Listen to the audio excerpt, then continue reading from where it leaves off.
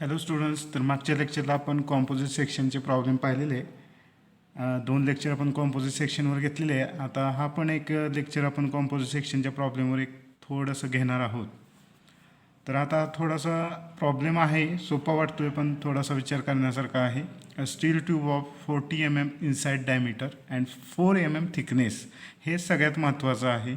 हे जर तुमच्या लक्षात आलं तरच प्रॉब्लेम तुम्हाला व्यवस्थित सॉल्व्ह होईल. बाकीच्या गोष्टी सोप्या आहेत. A steel tube of 40 mm inside diameter and 4 mm thickness is filled with concrete. Determine the stresses in each material due to an axial thrust of 60 kN. तर यंग्स मॉड्युलस स्टीलचा दिलेला आहे 2.1 × 10⁵ न्यूटन पर mm² आणि कॉन्क्रीटचा दिलेला आहे 0.14 × 10⁵ Newton पर mm². आता आपण diagram काढूया म्हणजे तुमच्या लक्षात येईल की एक स्टीलची ट्यूब आहे ठीक आहे. अशी समजा स्टीलची ट्यूब आहे. हे अशी स्टीलची ट्यूब आहे. ट्यूब म्हणजे पाईप. ओके, ही स्टीलची ट्यूब आहे. ओके, म्हणजे अशा पद्धतीने ही स्टीलची पाईप किंवा ट्यूब आहे. तर 40 mm इनसाइड डायमीटर आहे, म्हणजे हा जो डायमीटर आहे आतला, हा काय 40 mm. ओके, हा आतला डायमीटर आहे. आता त्यांनी हे सगळ्यात महत्त्वाचं आहे, हे लक्षात घ्या. 4 mm थिकनेस. 4 mm थिकनेस म्हणजे इकडं 4 असणार आहे, इकडं 4 mm असणार आहे आणि इकडं 4 mm थिकनेस असणार आहे. ओके, 4 mm थिकनेस म्हणजे वरची पण थिकनेस धरायची आणि खालची पण थिकनेस धरायची. मग आता ह्याच्यात एवढंच सगळ्यात महत्त्वाचं आहे की ह्याचा एक्सटर्नल डायमीटर किती होईल. तर 40 हा इनसाइड डायमीटर आहे. 40. आता हिकडचे 4 आणि हिकडचे 4 म्हणजे टोटल झाले 8. म्हणजे 40मध्ये इकडचे 4 आणि इकडचे 4 ॲड करा म्हणजे तुम्हाला एक्सटर्नल डायमीटर मिळेल. म्हणजे 40 + 4 + 4 म्हणजे 40 + 8 म्हणजेच काय होणार आहे, एक्सटर्नल डायमीटर काय होणार आहे 48 mm होणार आहे. हे जर तुमच्या लक्षात आलं तर मग बाकीच्या गोष्टी आपल्याला फॉर्म्युला माहिती. आपल्याला 2 फॉर्म्युले आपण ह्याच्यात यूज करत असतो, हे तुम्हाला सर्वांना माहिती आहे. फक्त हे मी का एक्झाम्पल घेतलेलं आहे किंवा हा प्रॉब्लेम का घेतलेला आहे की जेव्हा आपल्याला 4 mm थिकनेस दिलेली असते तेव्हा गडबडीत आपण चुकीचा एक्सटर्नल डायमीटर घेतो. तर ह्या चूक होऊ नये म्हणून हा प्रॉब्लेम घेतलेला आहे की इथं इंटरनल डायमीटर 40 mm दिलेला आहे आणि थिकनेस दिलेली 4 mm. आता थिकनेस म्हणजे काय, ही जाडी किंवा ही जाडी. तर ह्याच्यामध्ये थिकनेस ओके. तर 40 mm जर इनसाइड डायमीटर असेल तर एक्सटर्नल डायमीटर आपल्याला कॅल्क्युलेट करताना चूक होऊ शकते. त्यासाठी हे लक्षात घ्या की इथं वरती पण 4 mm थिकनेस आहे आणि खाली पण 4 mm थिकनेस आहे. म्हणजे ह्या 40 डायमीटरमध्ये ही 4 mm आणि ही 4 mm दोन्ही 4 mm ॲड करावं लागेल, तेव्हा तो एक्सटर्नल डायमीटर मिळेल.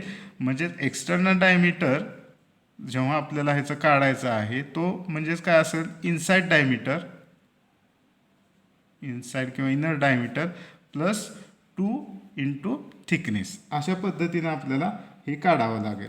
म्हणजेच काय, इनसाइड डायमीटर आहे 40 + 2 का इकडं वरती पण आहे आणि खाली पण आहे, 2 थिकनेस आहेत म्हणजे 2 × थिकनेस किती 4 mm. म्हणजेच 40 + 8 म्हणजेच 48 mm हा तुमचा एक्सटर्नल डायमीटर होईल. हे जर तुम्हाला लक्षात आलं तर म्हणजे प्रॉब्लेम चुकणार नाही. आता आपल्याला माहिती आहे हे आपलं झालं एक्सटर्नल डायमीटर. इनसाइड डायमीटर दिलेला आहे D, इनसाइड किंवा इनर डायमीटर दिलेला आहे तो आहे 40 mm. हा झाला एक्सटर्नल डायमीटर, हा झाला 48 mm. आता त्याच्यामध्ये काय केलेलं आहे, ही स्टीलची ट्यूब आहे आणि ह्याच्यामध्ये कॉन्क्रीट आहे. अशा पद्धतीचं कॉन्क्रीट भरलेलं आहे, असं कॉन्क्रीट भरलेलं आहे. ठीक आहे, हे कॉन्क्रीट आहे, आतलं कॉन्क्रीट आहे आणि इथं थ्रस्ट अप्लाय केलेला आहे म्हणजे फोर्स अप्लाय केलेला आहे P 60 kN. हे 60 × 10⁻³ न्यूटनमध्ये कन्वर्ट केलं. ठीक आहे. आता आपल्याला यंग्स मॉड्युलस दिलेला आहे स्टीलचा, तो किती दिलेला आहे 2.1 × 10⁵ न्यूटन पर mm². आणि यंग्स मॉड्युलस आपल्याला कॉन्क्रीटचा दिलेला आहे, तो किती दिलेला आहे तर 0.14 × 10⁵ न्यूटन पर mm². आता ह्याच्यामध्ये स्टीलचा यंग्स मॉड्युलस कॉन्क्रीटपेक्षा जास्त आहे, हे लक्षात घ्या. आता आपल्याला पहिलं रिलेशन माहिती आहे आपल्याला, σ1/E1 = सिग्मा 2 अपॉन E2. हे आपण रिलेशन कॉम्पोजिट मटेरियलसाठी पहिलं वापरतो. Sigma 1 upon E1, sigma 2 upon E2. कारण ही तर लेंथ सेम आहे. लेंथ सेम असल्यामुळे ते यल घ्यायची गरज नाही. मागच्या एक्झाम्पलला आपण यल घेतलेलं जेव्हा लेंथ वेगळी होती. आता इथं लेंथ सेम असल्यावर हेच रिलेशन आपल्याला इथं वापरायचं आहे. मग सिग्मा 1 कुठलं आणि सिग्मा 2 कुठलं, E1 कुठलं आणि E2 कुठलं. तर मी परत एकदा सांगतो की ज्याचा यंग्स मॉड्युलस किंवा ईची व्हॅल्यू, कॅपिटल ईची व्हॅल्यू जास्त आहे तो 1 नंबरला घ्यायचा आणि ज्याचा यंग्स मॉड्युलस कमी आहे तो 2 नंबरला घ्यायचा. आता ह्या दोघांमध्ये स्टीलची व्हॅल्यू काय जास्त आहे, मग तो 1 नंबर काय असणार स्टीलचा आणि कॉन्क्रीटची व्हॅल्यू काय आहे यंग्स मॉड्युलसची कमी आहे, त्यामुळे 2 नंबरला असणार आहे कॉन्क्रीट. मग हे आपण असं लिहूया, sigma S, S for steel upon E S बरोबर सिग्मा कॉन्क्रीट, सी लिहूया आपण अपॉन ई सी म्हणजे ई कॉन्क्रीट. ओके, अशा पद्धतीनं. आता ह्याच्यामध्ये सिग्मा एस आपल्याला काढायला लावला आहे. सिग्मा एस काढायचा आहे. ई एस दिलेला आहे, इथे दिलेला आहे 2.1 इंटू 10⁵. Okay, into 10⁵. आणि सिग्मा सी पण काढायचा आहे आणि ई सी दिलेलं आहे, ई कॉन्क्रीट दिलेलं आहे 0.14 इंटू 10⁵. 0.14 इंटू 10⁵. आता ह्याच्यामध्ये आपल्याला एक रिलेशनशिप मिळेल. कसं मिळेल बघा, हे इकडं गेलं म्हणजे 2.1 इंटू 10⁵ इंटू अपॉन हे 0.14 इंटू 10⁵ इंटू सिग्मा सी. हे सिग्मा सी वरती राहणार आहे इंटू सिग्मा सी. ओके, आता हे 10⁵ कॅन्सल झालं. आता हे जो तुम्ही जेव्हा कॅल्क्युलेशन करताल तेव्हा तुम्हाला एक रिलेशन आलेलं आहे, सिग्मा एस बरोबर 15 सिग्मा सी. हे पहिलं इक्वेशन झालं. म्हणजे हे तुम्ही कॅल्क्युलेट करा, 2.1 अपॉन 0.14 15 येऊन जाईल 15 सिग्मा सी. हे झालं पहिलं रिलेशन. आता आपल्याला माहिती पी बरोबर काय, P1 बरोबर P1 प्लस P2. पी बरोबर टोटल लोड बरोबर P1 प्लस P2. आता 1 आपण स्टील घेतलं आहे कारण स्टीलचा यंग्स मॉडेल जास्त आहे कॉन्क्रीटपेक्षा. मग इथं टोटल लोड किती दिलेला आहे, ॲक्सियल थ्रस्ट दिलेला आहे 60 kN टोटल लोड दिलेला आहे. मग तो घेऊया 60 इंटू 10⁵ न्यूटन. किलोन्यूटनमध्ये दिलं ना 60 kN, तर जर न्यूटन केलं is equal to PS plus PC. म्हणजे स्टीलमध्ये लोड लागणार आहे, कॉन्क्रीटला लोड जो लागणार आहे तो. आता माहिती आहे आपल्याला एक रिलेशन पी बरोबर काय, सिग्मा इंटू ए. ओके, मग इथं PS बरोबर काय येईल, sigma S A S plus PC बरोबर काय होईल, सिग्मा सी ए सी. ओके, हे अशा पद्धतीनं झालेलं आहे. आता आपल्याला ए एस आणि ए सी काढायचं आपलं राहिलेलं आहे, ते आपण काढून घेऊया. Area of steel area of steel म्हणजेच काय, ही स्टीलची पाईप आहे, त्याचा इंटरनल डायमीटर 40, एक्सटर्नल डायमीटर 48 आहे. मग इथं पाईपचा डायमीटर जेव्हा आपण कॅल्क्युलेट करतो तेव्हा आपलं एक काय होणार आहे की डी एक्सटर्नल डायमीटरचा स्क्वेअर मायनस डी इंटरनल डायमीटरचा स्क्वेअर. ओके, अशा पद्धतीने पाईपचं काढणार आहे. म्हणजेच π/4 इंटू एक्सटर्नल डायमीटर किती आहे, एक्सटर्नल डायमीटर 48 आहे, 48चा स्क्वेअर मायनस 40 हा इंटरनल डायमीटर आहे त्याचा स्क्वेअर. 40 हा इंटरनल डायमीटर आहे त्याचा स्क्वेअर. ओके, पाईपमध्ये हा एक्सटर्नल डायमीटर आहे स्टीलच्या आणि हा इंटरनल डायमीटर आहे. अशा पद्धतीनं तुम्हाला इथं येणार आहे. कॅल्क्युलेशन करा, आधी ब्रॅकेट सोडवा, आधी हा ब्रॅकेट सोडवायचा आहे आणि मग तुम्हाला उत्तर येऊन जाईल 552.92 mm². हा झाला स्टीलचा एरिया.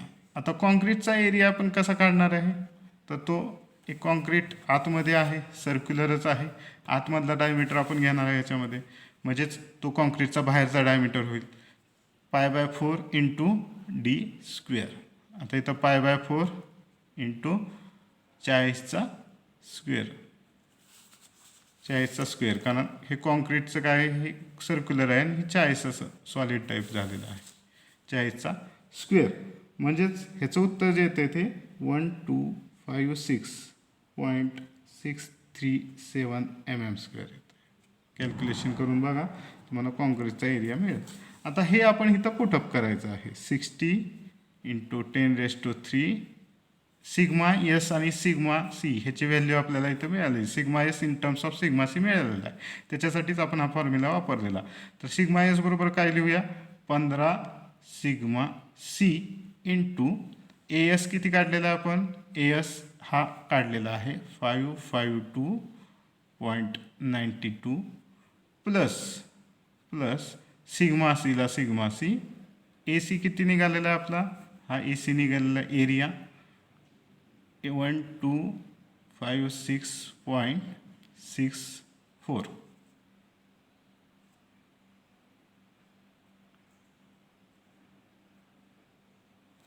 कारण याच्या 5च्या वरती असेल तर हे 1 वाढणार आहे. ठीक आहे.